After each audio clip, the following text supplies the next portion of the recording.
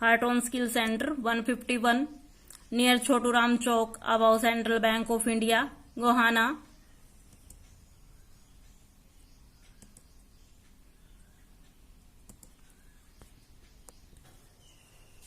Good morning students. कल की class में हमने 3 रूल किए थे। आज उससे नेक्स्ट वाले रूल हम करते हैं।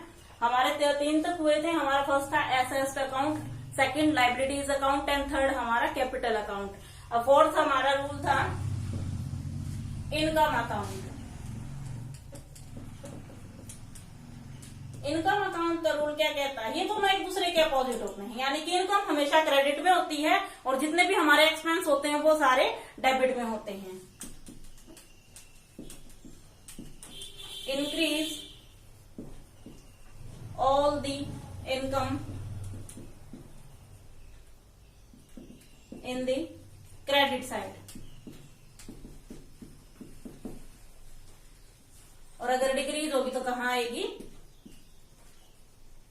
डेबिट में। एंट्री, फर्म को 7,000 रुपए रेंट के मिले। रेंट के मिले हैं तो क्या है उसकी? इनकम, और इनकम है तो कहां आ जाएगी? क्रेडिट में। Rent account 7,000, cash account 7,000। Second entry कि फर्म को 500 रुपए कमीशन के मिले। कमीशन के मिले हैं, इसकी इनकम है। इनकम है तो कहां आ जाएगी? क्रेडिट में।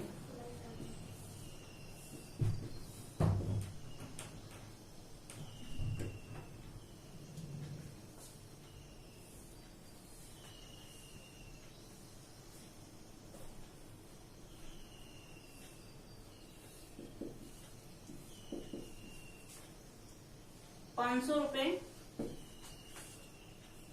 Cash account 500। तो ये था इनकम अकाउंट का रूल स्टूडेंट्स, कि हमारी जब भी इनकम बढ़ेगी तो नॉर्मल आपने बस सीधा याद रखना, खर्चे हमेशा डेबिट में होते हैं, इनकम हमेशा क्रेडिट में होती है।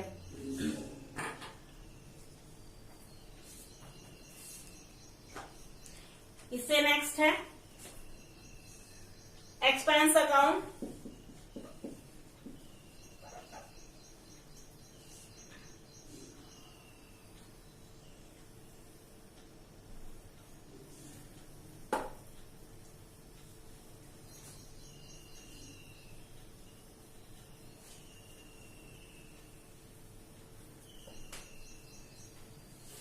एक्सपेंस अकाउंट का रूल कि जब भी हमारे एक्सपेंस बढ़ेंगे, increase all the expenses in the debit side, और अगर वो घटेंगे तो इस साइड। एंट्री रहती कि फर्म ने 1,500 रुपए का पेट्रोल डलवाया।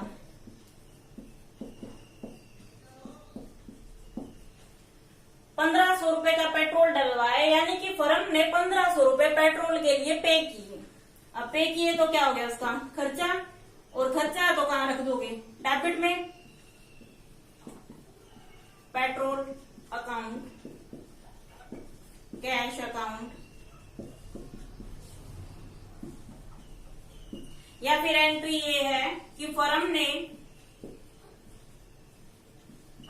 700 रुपए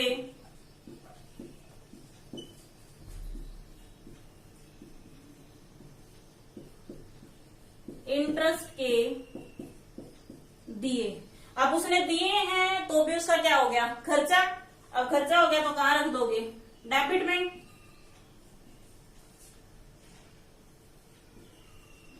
interest account, cash account,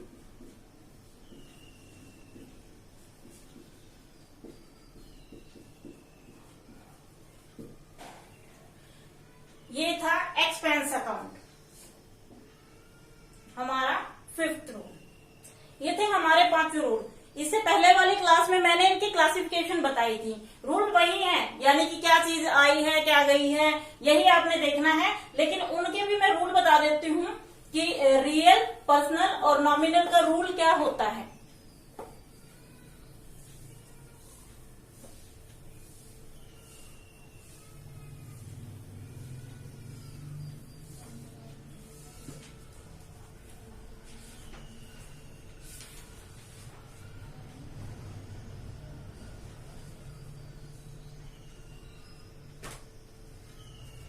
first है पर्सनल अकाउंट। पर्सनल अकाउंट का रूल क्या कहता है कि डेबिट द रिसीवर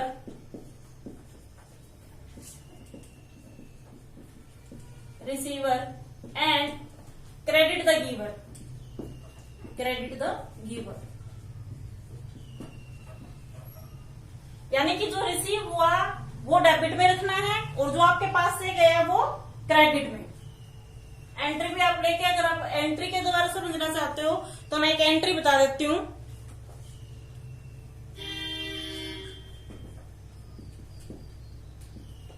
फर्म ने राम को 500 रुपए दिए। फर्म ने राम को 500 रुपए दिए तो राम कहाँ पे आएगा? डेबिट में, और कैश क्रेडिट में।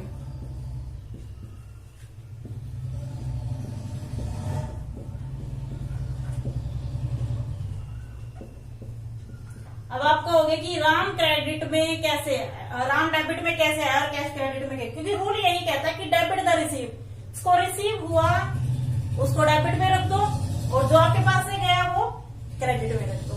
इसी तरह से second real account. Real account का रूल क्या कहता है कि debit what comes in, debit what comes in and credit what goes out। वही चीज है कि डेबिट में आपने क्या रखना है, क्या आया, आपके पास क्या चीज आई है वो आपने कहां पे रख देनी है? डेबिट में। And credit words goes out, आपके पास से क्या गया है वो आपने कहां रख देना है? क्रेडिट में। तीसरा है नॉमिनल अकाउंट। नॉमिनल अकाउंट का रूल क्या कहता है कि debit all the expenses and losses. यानी कि जितने हमारे खर्चे होते हैं और जितना भी हमारा कोई भी किसी भी तरह का नुकसान होता है वो हमेशा कहां रखना होता है? Debit side. And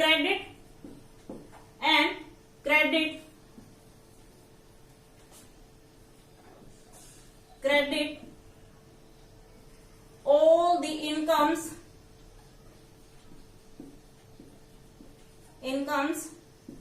and gains। जितने भी हमारे खर्चे हैं और जितने भी हमारे नुकसान है, किसी भी तरह का कोई भी नुकसान हो जाता है अपना बिजनेस के अंदर तो वो सारे कहाँ रखने हैं? डेबिट में। And credit all the incomes and gain, जितनी भी हमारी इनकम होती है या जितने भी हमारे फायदे होते हैं वो सारे कहाँ रखने हैं?